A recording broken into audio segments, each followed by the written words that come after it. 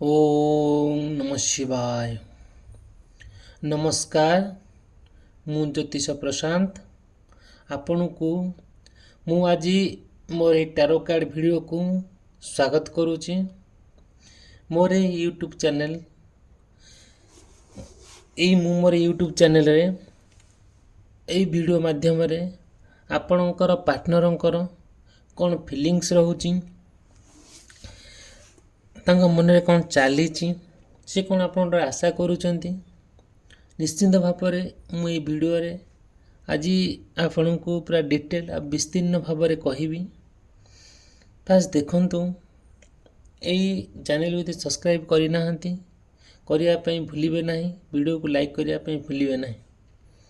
प्रत्येक दिन मु आपण पार्टनरंकर कौन तांकर फीलिंग्स रोची, तांकर करेन्ट फीलिंग्स कौन, सी कौन आप चाहूँगी, कौन आशा करुँच, सबुदिन मु वीडियो बनाए राशिफल को लेकिन भी आपणकर कि आपण पार्टनरंकर राशि को भी लेकिन मु वीडियो बनाए, जोटा कि आपण मानकर काम लगे। आपण मैंने जानीपारे जदि कौन सी अबाटर आप जाऊे कि अनिश्चता भितर गति करुवे, निश्चिंत भाव में आपन फील करुवे, निश्चिंत भाव में आपणकर जीवन में काम लगी। आज आपणकर पार्टनरंकर पार्टनर को लेकिन जो सब वीडियो आयु जो सब कार्ड रे आपण को टारो कार्ड रीडिंग माध्यम रे बहुत डिटेल जनइबी। चलतु देखिबा आपणकर किंबा आपण पार्टनरंकर जदियो मेष राशि, वृष राशि, मिथुन राशि होता है, मे भी आपणकर सत हो पारे, केते कथा आउ केते कथा आपणकर ठीक होई न थाए, बट ऑलमोस्ट आपणकर राशि रे निश्चिंत यही घटनाटी घटिब। आज देखंतु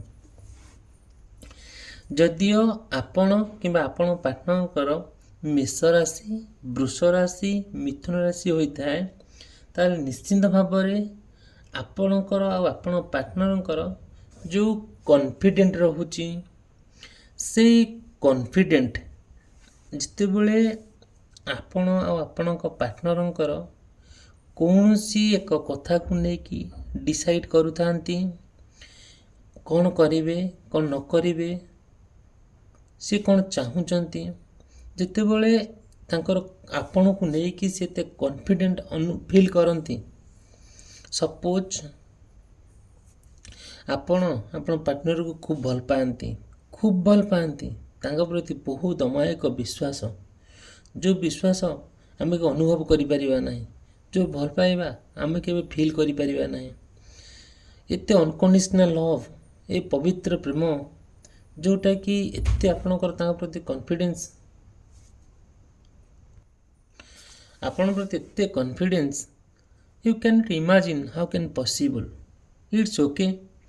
आपणकर जो सेकेंड कथा कहि, आपण जो अट्रैक्टिव रोची आपण पार्टनर को लेकिन प्रत्येक कथा आपण तारीफ तांकर करूचंती, आपणकर प्रत्येक कथारे आपण हाँ मारुचंती, इतने सुंदर अट्रैक्शन रोची आपण पार्टनर प्रति। सी जहाँ आपण कहले आपण भल लागुची, से जहाँ पिंधिले आपण भल लागुची, तांकर प्रत्येक से यदि चली कि जाऊँ आप सामने आपण देखले बहुत खुशी लगुच, आपणकर जहाँ फीलिंग्स आसूची, जहाँ अट्रैक्शन आसूची, आपण सब कथा एक्सप्रेस करुचंती सामने पाखरे, से कथा को लेकिन से आपण को बहुत मिस करुचंती, बहुत लव भी करुचंती।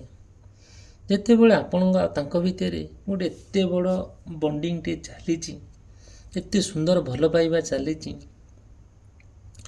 जेते बळे आपण नुआ नुआ किसी प्लानिंग करुचंती, नुआ नुआ डिसीजन नौचंती, सेते बळे ना कौन होची आपण बहुत रोमांटिक फीलिंग्स आसूची। जिते बळे आपण प्लानिंग करुचंती, गोटे गोटे संसार भितर रहुचंती, गोटे परिवार भितर रहुचंती, कौन करुचंती सेठी ना आपणकर जो रेस्पॉन्सिबिलिटी आउ ड्यूटी रहुची आपण परिवार प्रति, ଆପଣଙ୍କ ବନ୍ଧୁବାନ୍ଧବ ପ୍ରତି ପରସ୍ପର ପ୍ରତି ଆପଣ ତ ପ୍ରମିସ୍ କରିଛନ୍ତି କେହି କାହାକୁ ଛାଡ଼ିବେନି, ଆଉ ପ୍ରତିଶ୍ରୁତି ବି ଦେଇଛନ୍ତି କେହି କାହାକୁ ଭୁଲିବେ ନାହିଁ। ଯେତେବେଳେ ଆପଣ ଗୋଟେ ଯୌଥ ପରିବାର ଭିତରେ ରହୁଛନ୍ତି, ଆପଣ ମୋତେ ପ୍ଲାନିଂ କରୁଛନ୍ତି, ସେ ପ୍ଲାନିଂ ଆପଣଙ୍କୁ ଆଗକୁ ଯିବା ପାଇଁ ବାଧ୍ୟ କରୁଛି, କିନ୍ତୁ ଆପଣଙ୍କ ପଛରେ ଯେଉଁମାନେ ଅଛନ୍ତି ସେ ପ୍ଲାନିଂଟାକୁ ସକ୍ସେସ୍ କରିବା ପାଇଁ ଦେଉନାହାନ୍ତି।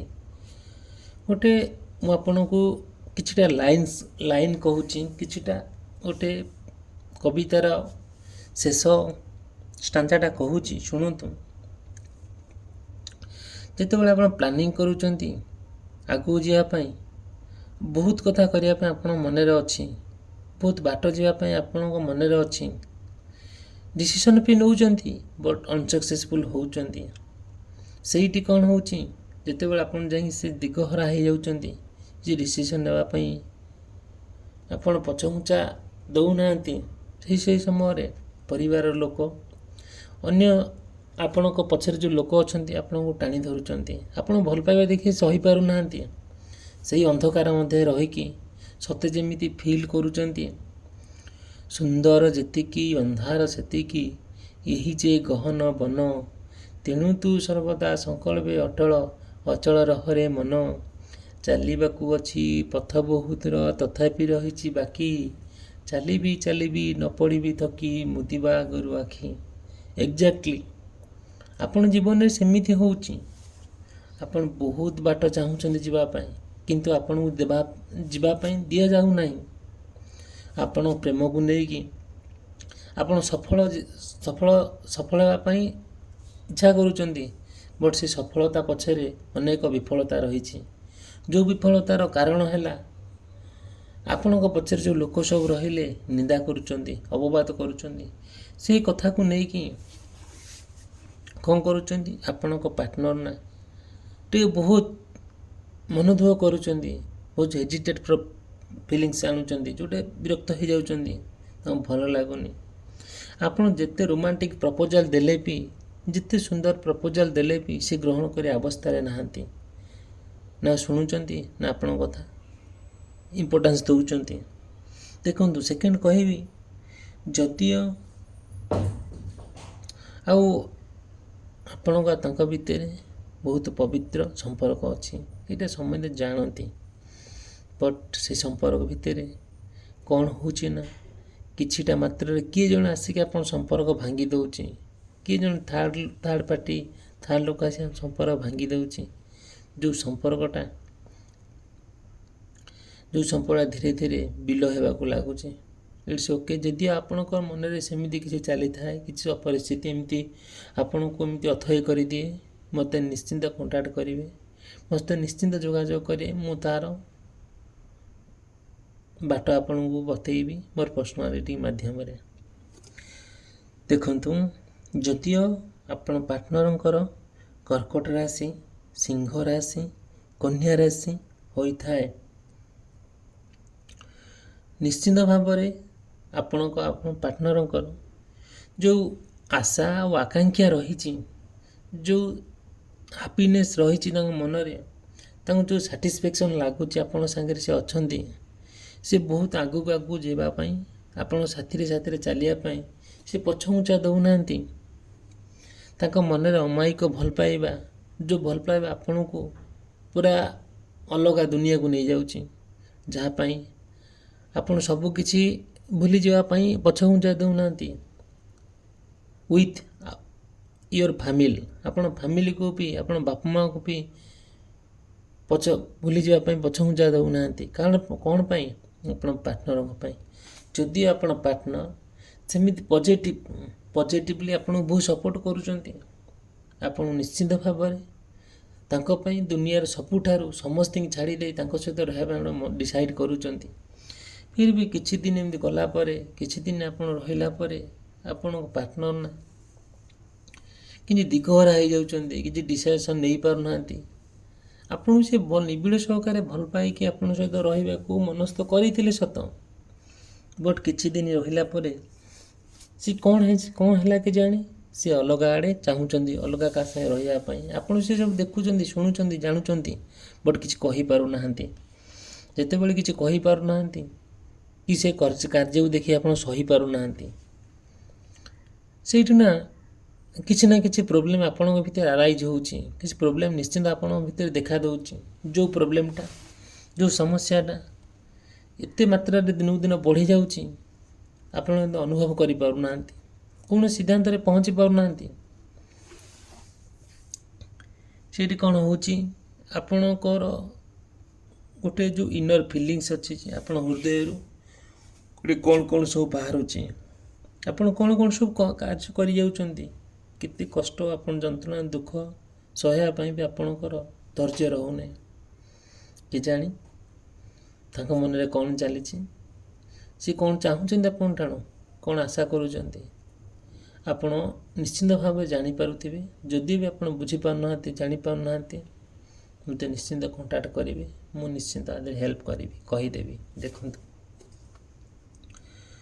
ଯଦିଓ ଆପଣଙ୍କର କିମ୍ବା ଆପଣ ପାର୍ଟନରଙ୍କର ତୁଳା ରାଶି, ବିଛା ରାଶି, ଧନୁରାଶି ହୋଇଥାଏ, ଆପଣଙ୍କ ପାର୍ଟନର ସବୁବେଳେ ପଜିଟିଭ୍ ଲୋକ, ଭଲ ଲୋକ, ଭଦ୍ର ଲୋକ, ଅମାୟିକ ଲୋକ, ତାଙ୍କ ଚରିତ୍ର ମହାନ।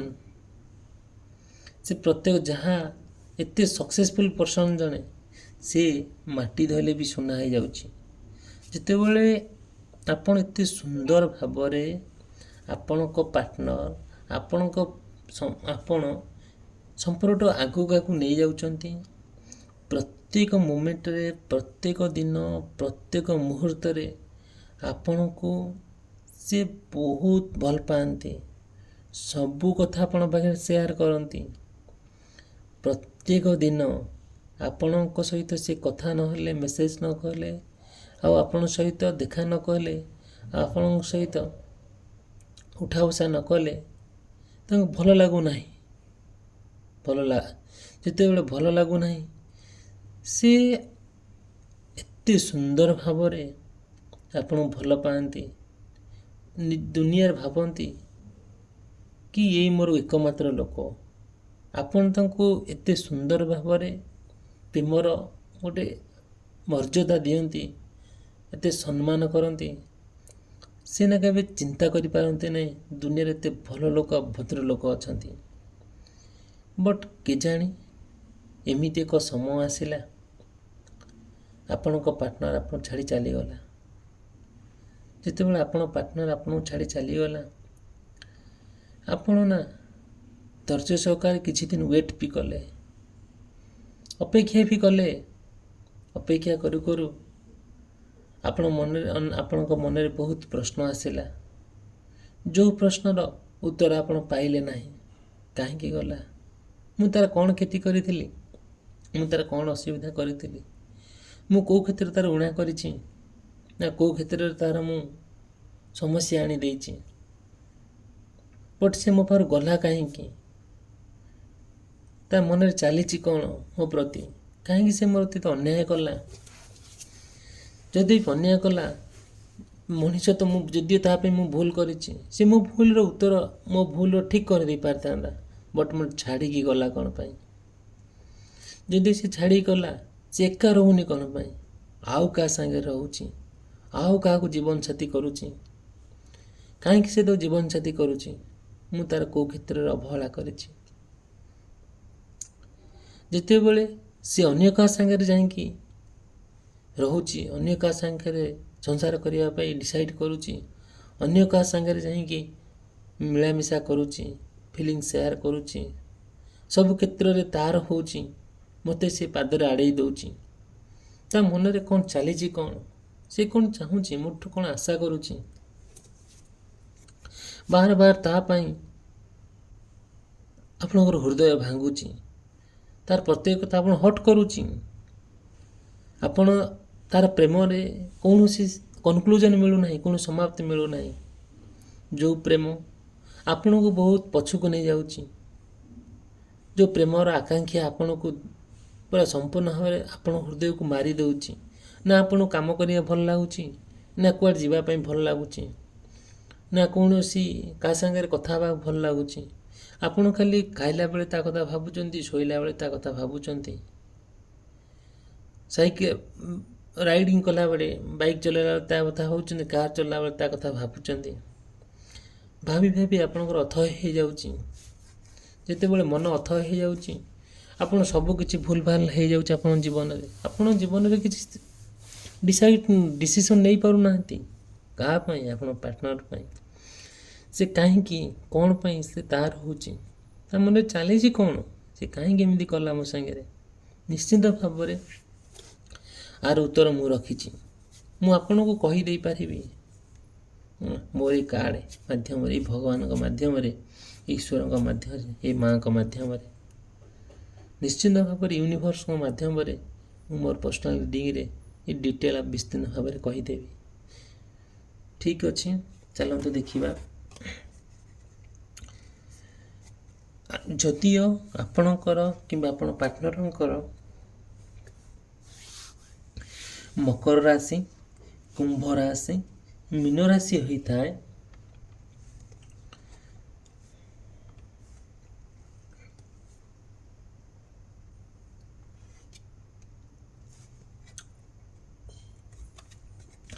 ନିଶ୍ଚିନ୍ତ ଆପଣ କିମ୍ବା ଆପଣଙ୍କ ପାର୍ଟନର ଯଦିଓ ବ୍ରେକଅପ୍ ହୋଇଯାଇଥାଏ, କିମ୍ବା ସେ ଆପଣଙ୍କଠାରୁ ଦୂରେଇ ଯାଇଥାନ୍ତି, କିମ୍ବା ସେ ଆପଣଙ୍କ ମନରେ ତାଙ୍କ ପ୍ରତି କିଛିଟା ନେଗେଟିଭ୍ ଭାବନା ଥାଏ, ନିଶ୍ଚିନ୍ତ ପଜିଟିଭ୍ ଭାବନା ଆଣିବେ। ଆଉ ତାଙ୍କ ମନରେ ଯେଉଁ ତୀବ୍ର ଯନ୍ତ୍ରଣା, କଷ୍ଟ ଏସବୁ ଥାଏ, ନିଶ୍ଚିନ୍ତ ଦୂରୀଭୂତ ହେବ। ନିଶ୍ଚିନ୍ତ ଆପଣ ଗୋଟେ ରିୟୁନିୟନ୍ ହେବେ। ଆଉ ପୁନର୍ବାର ରିୟୁନିୟନ୍ ହେଇକି ପୁନର୍ବାର ଆଗ ଭଳି ଯେମିତି ଏନ୍ଜୟ କରୁଥିଲେ ସେମିତି ଏନ୍ଜୟ କରିବେ।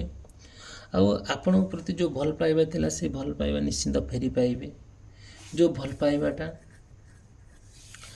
ଯେମିତି ଆଗରୁ ଆପଣଙ୍କ ସହିତ ସେ ଚଳୁଥିଲେ, ଯେମିତି ଆପଣଙ୍କ ସହିତ ମିଶାମିଶି କରୁଥିଲେ, ମାନେ ଉଠା ବସା କରୁଥିଲେ, ସେମିତି କରିବେ। ନିଶ୍ଚିନ୍ତ ଭାବରେ ଆପଣଙ୍କର ଯେଉଁ ସେପାରେଟ୍ ହେଇଯାଇଥିଲା, ଦୂରେଇ ଯାଇଥିଲା, ସେ ନିଶ୍ଚିତ ରିୟୁନିୟନ୍ ହେବ। ଏଇଟା ହେବ। ଆପଣ କିଛି ମୁହୂର୍ତ୍ତ, କିଛି ଦିନ ଅପେକ୍ଷା କରନ୍ତୁ। ସମୟଟା କେବେ ସ୍ଥିର ନୁହେଁ ଯେ ଗତିଶୀଳ ପରିବର୍ତ୍ତନ ଆପଣଙ୍କ ଜୀବନରେ କିଛି ନା ପରିବର୍ତ୍ତନ ଆଣିଦେବ, ଏଇଟା ସତ୍ୟ। କିନ୍ତୁ ଯେତେବେଳେ ଆପଣଙ୍କ ପାର୍ଟନର ସହିତ ଏତେ ନିବିଡ଼ ଭଲ ପାଇବା ହେଇଯାଇଛି, ତାଙ୍କ କଥା ଆପଣଙ୍କୁ ବହୁତ ଭଲ ଲାଗୁଛି, ପ୍ରତ୍ୟେକ ମୁହୂର୍ତ୍ତରେ ତାଙ୍କ କଥା ଆପଣ ଭାବୁଛନ୍ତି, ପ୍ରତ୍ୟେକ କଥା ତାଙ୍କ ପାଖରେ ସେୟାର କରୁଛନ୍ତି, ସେ ଆପଣଙ୍କୁ ବୁଝୁଛନ୍ତି। ବୁଝାମଣା ଭିତରେ କିଛିଟା ସମସ୍ୟା ଆରାଇଜ୍ ହେଉଛି। ଆମେମାନେ ମଣିଷ, ହାଡ଼ ମାଂସ ରକ୍ତଧାରୀ ମଣିଷ। ପ୍ରତ୍ୟେକ ମଣିଷ ଜୀବନରେ ଭଲ ପାଇବା ଆସେ। ଏମିତି କେଉଁ ଦୁନିଆରେ ମଣିଷ ନାହିଁ ସେ କହିପାରେନି ମୋ ଭିତରେ ରାଗ ଆସେନି, ଅଭିମାନ ଆସେନି, ଅହଙ୍କାର ଆସେନି, ଲଭ୍ ଆସେନି, ସେକ୍ସ ଆସେନି ବୋଲି। ପ୍ରତ୍ୟେକ ମଣିଷ, ହାଡ଼ ମାଂସ ରକ୍ତଧାରୀ ମଣିଷ ଜୀବନରେ ଆସେ। ଯଦିଓ ଆସେ, ଠିକ୍ ଅଛି। ଯଦି ଆପଣ ପାର୍ଟନରକୁ ନେଇକି କିଛି ପ୍ରୋବ୍ଲେମ୍ ଫେସ୍ କରୁଛନ୍ତି, ମନରେ ବହୁତ ପ୍ରଶ୍ନ ଆସୁଛି, ନିଶ୍ଚିନ୍ତ ଭାବରେ ମୁଁ ଆପଣଙ୍କୁ କହିବି। ଆଉ ତାହାର ବାଟ ମୁଁ ଆପଣଙ୍କୁ ବତେଇବି। ହଉ, ଯଦି ଏ ଭିଡ଼ିଓଟି ଭଲ ଲାଗୁଥାଏ ଲାଇକ୍ କରିବେ, ଚ୍ୟାନେଲ୍ ସବସ୍କ୍ରାଇବ୍ କରିବା ପାଇଁ ଭୁଲିବେ ନାହିଁ। ଏ ଭିଡ଼ିଓଟି ମୁଁ ସମାପ୍ତ କଲି। ରହିଲି, ଧନ୍ୟବାଦ।